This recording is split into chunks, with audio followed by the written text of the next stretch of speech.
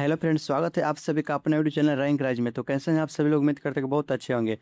तो जितने लोग एसएसजीडी का एग्जाम की तैयारी कर रहे हैं उनके लिए एक क्लास जो है बहुत ही इंपॉर्टेंट होने वाली है, क्योंकि इस क्लास में हम आपको बताएंगे कि एसएसजीडी के एग्जाम में जो किस तरह से प्रश्न पूछा जाता है। तो पिछले 2020 से 2026 में अभी तक जितने भी एसएसजीडी के द्वारा पूछा गया प्रश्न है उसी प्रश्न को आज हम लोग इस क्लास में करेंगे। तो जितने लोग इस चैनल पर नए आए उनसे रिक्वेस्ट है कि चैनल को सब्सक्राइब कर लें और वीडियो को भी लाइक कर दें, क्योंकि इस क्लास में इस चैनल पर जो आपको इसी तरह का क्लास जो देखने को मिलेगा। तो आप सभी लोग चैनल को सब्सक्राइब कर ले और इस क्लास का पीडीएफ लेने के लिए आप लोग टेलीग्राम चैनल को भी ज्वाइन कर सकते हैं। टेलीग्राम चैनल पे इस क्लास का पीडीएफ मिल जाएगा। और आज हम लोग जो है इसका जीके जी इसका प्रैक्टिस सेट नंबर 13 को करेंगे। अभी तक हम लोग जो है प्रैक्टिस सेट 1 से लेकर 12 तक का क्लास जो है कंप्लीट कर लिए हैं।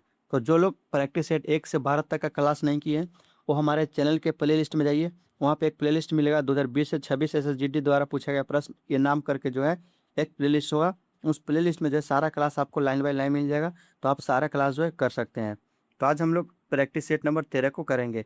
ये क्लास जो है आपको बहुत ही इंपॉर्टेंट होने वाली है। ये जो प्रैक्टिस सेट है आप सभी के लिए जो एसएसजीडी का तैयारी कर रहे हैं उनके लिए जो है बहुत ही महत्वपूर्ण होने वाली है, क्योंकि ये सारे प्ले लिस्ट का क्लास करने के बाद आपको पता लगेगा कि एसएसजीडी के एग्जाम में जो है किस तरह से प्रश्न पूछा जाता है।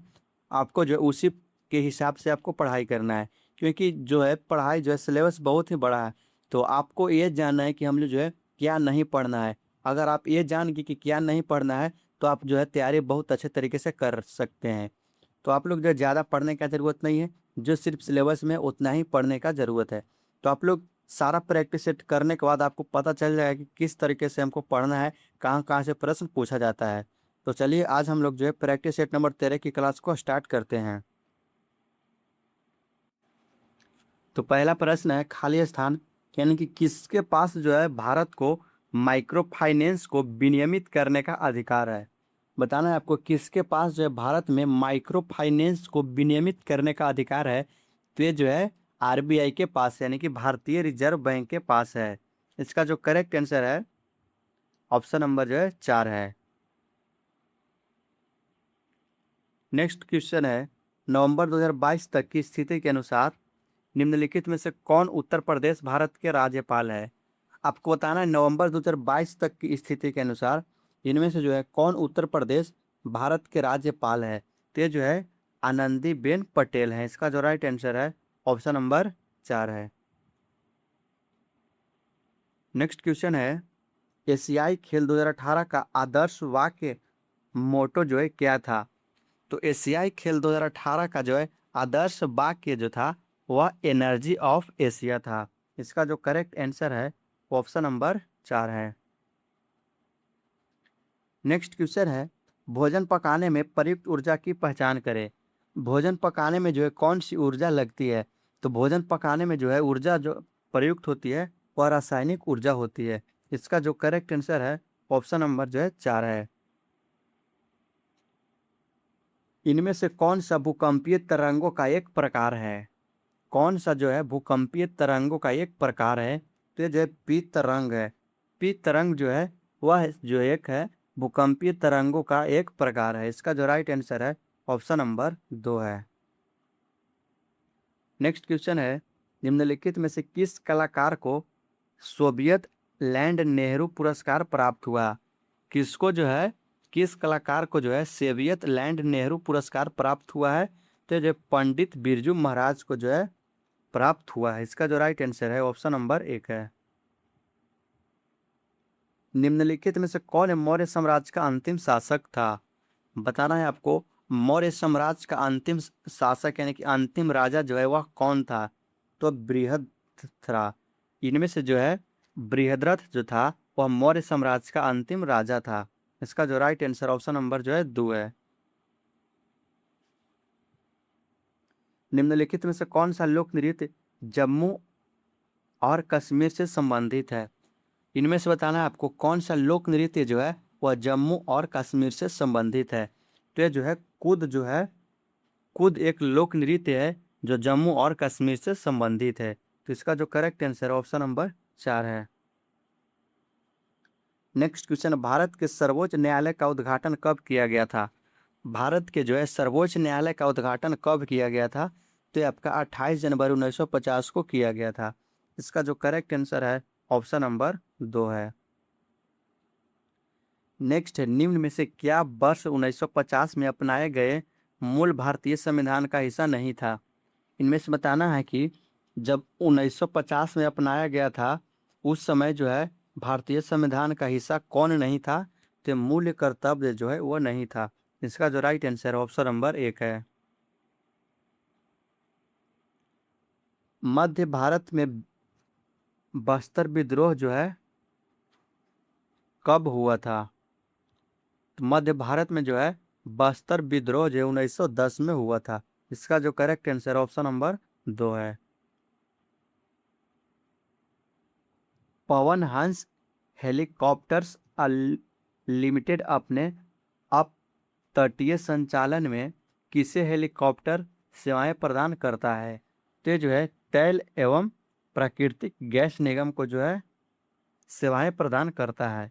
इसका जो करेक्ट आंसर है ऑप्शन नंबर 3 है।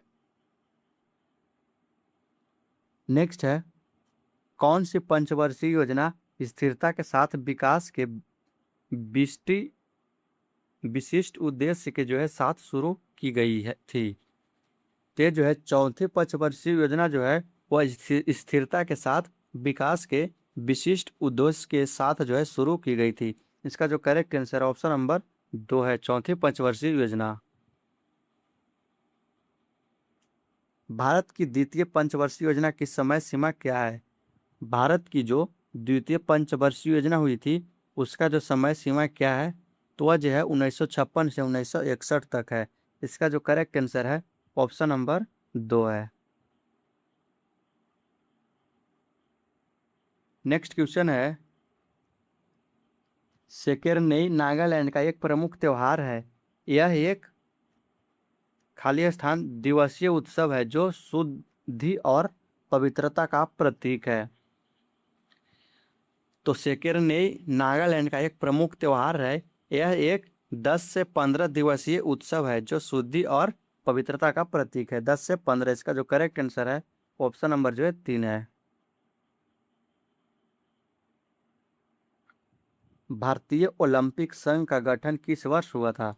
भारतीय ओलंपिक संघ का जो गठन है वह 1927 में हुआ था। इसका जो करेक्ट आंसर है ऑप्शन नंबर 4 है।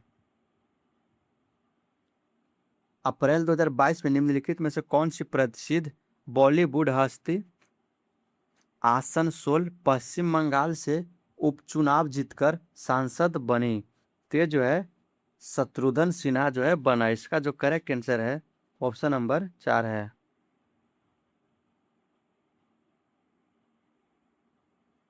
नेक्स्ट क्वेश्चन है, यदि मृदा में सूक्ष्म कणों का अनुपात अपेक्षाकृत अधिक होता है तो इसे खाली स्थान मृदा कहा जाता है। बताना है आपको, यदि मृदा में सूक्ष्म कणों का अनुपात अपेक्षाकृत अधिक होता है तो इसे जो है कैसी मृदा कहा जाता है, यानी कौन सी मृदा कहा जाता है? तो इसे जो है मृण्मय मृदा कहा जाता है। यदि मृदा में सूक्ष्म कणों का अनुपात अपेक्षाकृत अधिक होता है तो इसे मृण्मय मृण्मय मृदा जो है कहा जाता है। इसका जो करेक्ट आंसर ऑप्शन नंबर 1 है। नेक्स्ट क्वेश्चन है, किस योजना के तहत 10,000 रुपये तक की ओवरड्राफ्ट सुविधा पात्र खाता धारकों के लिए उपलब्ध है? बताना आपको किस योजना के तहत जो है 10,000 रुपये तक की ओवरड्राफ्ट सुविधा पात्र खाता धारकों के लिए उपलब्ध है? तो जो है प्रधानमंत्री जनधन योजना के जो है तहत उपलब्ध है। इसका जो करेक्ट आंसर है ऑप्शन नंबर 2 है। नेक्स्ट क्वेश्चन है, जनगणना रिपोर्ट 2011 के अनुसार किस भारतीय राज्य की साक्षरता दर दूसरी सबसे कम है? जनगणना 2011 के अनुसार आपको बताना है किस भारतीय राज्य की साक्षरता दर जो है वह दूसरी सबसे कम है, पहली नहीं दूसरी सबसे कम है। तो दूसरी सबसे कम जो है वह अरुणाचल प्रदेश है। इसका जो करेक्ट आंसर है ऑप्शन नंबर 2 है। तो डेली की तरह जो है हम लोग आज भी 20 प्रश्न किए हैं, क्योंकि आपके एसएसजीडी के एग्जाम में 20 प्रश्न जीके जिसका पूछा जाता है जो कि 40 मार्क्स का होता है। तो आप लोग बताइएगा इस 20 प्रश्न में से जो है कितने प्रश्न सही किए हैं, कमेंट करके आप सब लोग जरूर बताइएगा। और चैनल को अभी तक सब्सक्राइब नहीं किए हैं तो चैनल को सब्सक्राइब कर दें, और वीडियो को आप लोग अभी तक लाइक नहीं किए तो वीडियो को भी लाइक कर दें। और इसका PDF लेने के लिए आप लोग जो है टेलीग्राम चैनल को ज्वाइन कर सकते हैं। टेलीग्राम चैनल का लिंक इस वीडियो के डिस्क्रिप्शन में दिया हुआ है। तो आप लोग कमेंट करके बताइएगा आज का क्लास कैसा लगा।